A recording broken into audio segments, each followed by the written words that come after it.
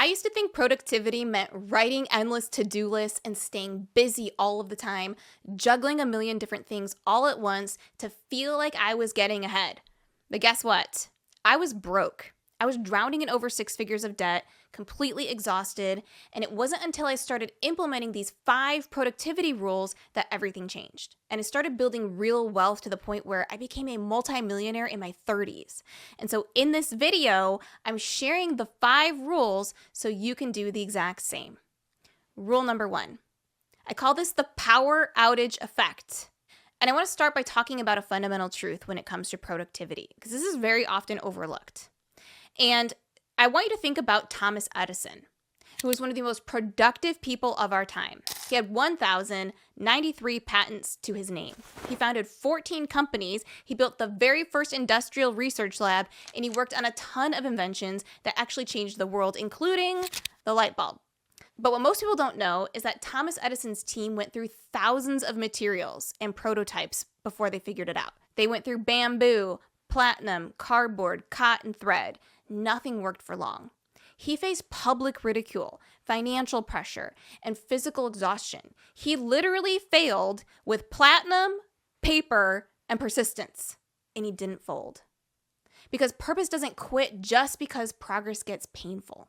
Successful people don't abandon their mission just because the storm rolls in. Edison didn't quit after 1,000 failures. This is a timeless principle and truth. Oprah didn't stop after rejection. When she was demoted from being a TV news anchor and they told her, "You're just not cut out for television." Or earlier in her life when family members told her, "You're so dumb, you'll never amount to anything." Neither should you. When the lights go out and people in your life are doubting you, don't listen to the doubters. Thomas Edison's success didn't come right away. Instead, he learned to keep going, relentlessly testing new ideas, new ways of doing things, and learning way faster than anyone else around him. In fact, Thomas once said, "I haven't failed 10,000 times. I've successfully found 10,000 ways that don't work." And see, things go wrong all of the time. If you look at successful people, things go wrong all of the time. Which reminds me of a day in my business when I was first starting out with my online coaching company. And I've been planning a major event, one of the biggest ones I'd ever done. I had everything ready. I had all of the slides ready, the talking points. I got my mindset dialed in. I had my energy on point. Everything was all set. And I was ready to serve. And then, about 30 minutes before I was supposed to go live, the power went out. Like out. No lights, no Wi-Fi, no backup. The whole neighborhood was out. And so it was just me sitting there, my laptop, and this crushing feeling of, you have got to be kidding me. But in that moment, I remember something that I now teach my clients all the time. And I remember thinking to myself, commitment always invites challenge. Decision draws difficulty. Purpose attracts pressure. Commitment calls in the chaos, but you get to decide and you get to choose if it crushes you or confirms you. And so the second that you decide to do something meaningful with your life, the second that you step towards your purpose with clarity and boldness, life will throw something at you to test you. Are you really serious about this? And so what did I do? I didn't panic. I didn't quit. I grabbed some lights that ran on batteries. I used my hotspot even though the connection was a little shoddy, and I gave the training anyway. Sure, it was not perfect. It wasn't my best work, but you know what? It was powerful. Why? Because I didn't let the challenge steal the focus I had already set. So what's the lesson here? Well, most people think challenge means something went wrong. But in reality, challenge is the test and the sign that proves you're on the right track. If you're trying to build something that matters, expect to feel resistance, not because you're failing, but because you're finally doing something worth fighting for. So when the power goes out, literally or metaphorically for you, don't quit. Don't forfeit your calling because the lights flickered. Stay focused. Keep going and deliver anyway, because making progress on our goals, even when things go wrong, is exactly how you create momentum that can't be stopped. Give me a challenge accepted in the comments if you're listening to this and you are done letting setbacks steal your momentum. That's what real productivity is all about. Rule number 2, protect your focus. And I want to throw it back to growing up in my neighborhood where there were girls who were literally and completely obsessed with boy bands. Do you guys remember when boy bands were really the thing? And I remember Team NSYNC or Team Backstreet Boys. You had to pick a side. And once you did, it was serious. The girls knew every guy's birthday, zodiac sign, their favorite food. They knew everything about them. All the lyrics, all the choreography and the dance, who dated who wore what secret message was hidden in every music video. They knew everything about these guys. And I remember thinking back then, why do we know so much about people who know nothing about us? It's not that it was wrong or bad, but while the bands themselves were focused on their production, writing songs, rehearsing tours, building empires, we were using their focus as our distraction. They worshipped the Backstreet Boys while neglecting their own backstreet business. Don't be a fan of somebody else's future while forfeiting your own. Fast forward to adulthood, and the pattern hasn't changed. It really hasn't changed that much. Only now, what is it? Podcasts, reels, Netflix shows, sports scores, and endless Slack pings instead. We are so much more distracted than we've ever been. And what makes this even worse is that our focus isn't being directed towards anything that actually matters to us. We are consuming, comparing, and coasting, but not creating. We're consuming everything and creating nothing. We're busy, but we're not intentional. We're informed, but we're not aligned. How many of you guys have ever been to Cirque du Soleil? So fascinating to me every time I watch those guys perform. The things that they're able to do when I'm watching them, it's mind-blowing to me every single time. I'm like, I see it and I'm blown away. But if you've ever watched an acrobat walk on a tightrope, it is so interesting.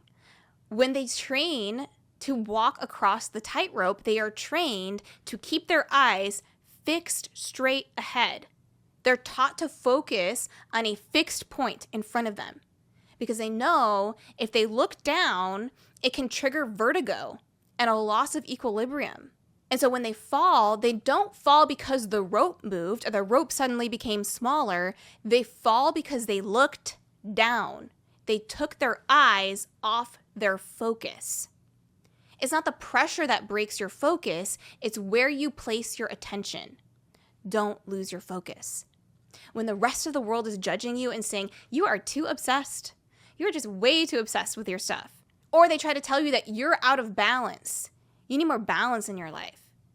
Your job is to stay locked in. Because what's the reality? Being obsessed with a goal is not the enemy, distraction is.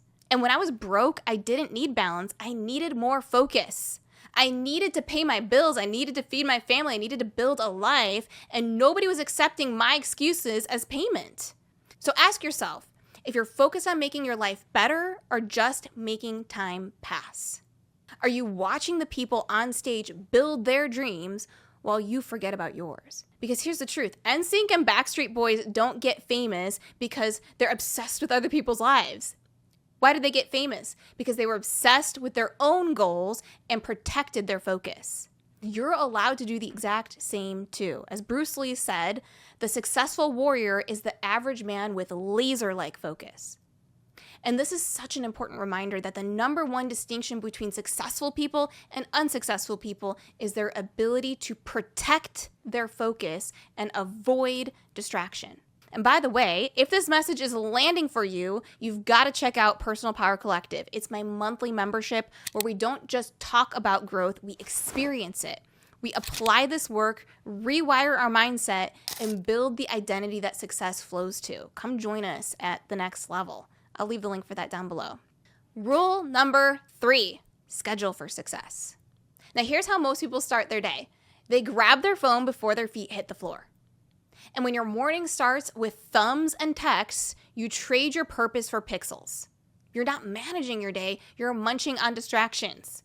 Texts, client messages, Slack notifications, social media, and suddenly their entire day is shaped by reacting to other people's priorities instead of doing what actually matters. Without a plan, your brain defaults to reactivity because it's easier than choosing discomfort proactively. And while you can't avoid these impulses, you can plan to avoid them. And so the key to productivity is using your prefrontal cortex, your rational planning brain, to make decisions when you're thinking clearly, not in the moment when you're tired and overwhelmed and tempted. Prefrontal cortex is in the green on the LHS. You see, most people think they don't need to write things down or put them on a calendar. I even hear my clients say this all the time. Valerie, I already know what I'm going to do. I already know what I need to do. I can keep track of it all up here in my head. But here's the problem. Knowing doesn't equal doing. And a mental to-do list is not enough. Because when you try to keep everything that up in your head, you are constantly using mental energy just to remember what your next move actually is supposed to be. And you're leaving less energy for actually doing it. Because if it isn't on the calendar, it isn't a commitment. If it's just in your head, it's already half dead. And so instead of perpetually reworking an ever-growing mental list, I want you to do what I call a brain dump, minimum once a week, to plan for the week ahead. First, list every single task or area of responsibility. Get everything out of your head and onto paper or a document. And second, catalog obstacles or missing pieces. What resources do you need? What dependencies exist? What could go wrong? And third, cross off anything you don't actually have to do. And don't be afraid to be ruthless here about cutting things out. And fourth, this is crucial, schedule everything into specific calendar blocks. Not just your task list, but your free time. Time for enjoyment, time for rest, time for recharging. Because a calendar is a decision-making tool, not just a reminder system. If it's not on your calendar, it's not truly prioritized. Now, I know what you're thinking. Valerie, my days are predictable. Structure doesn't work for me like most people. And my response to you is this. If you believe your life is unpredictable, then plan for that. Put buffer time into your calendar. Schedule blocks for urgent items or daily surprises. Put it in the calendar ahead of time. Or maybe you're thinking, calendaring feels way too rigid. I like to be creative and I just like to go with the flow. But here's the truth. There is more freedom in a calendar because you create intentional space for what you truly want to achieve. You stop reacting and you start designing your life. Serena Williams didn't win 23 Grand Slams by luck. She planned for it. She showed up with a game plan, precision, and a killer serve.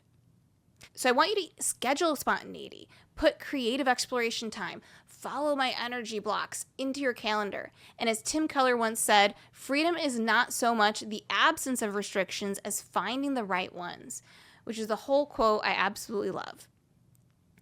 How you spend your time is literally how you spend your entire life. And the only way to build real wealth is to use your time to create value that multiplies. So when you master your schedule, it means you can produce more income, more impact, more freedom, all in less time. Rule number 4, micro over macro. And so we've just talked about scheduling your priorities, but once you've done that, then you need to honor your commitments without renegotiating or finding excuses.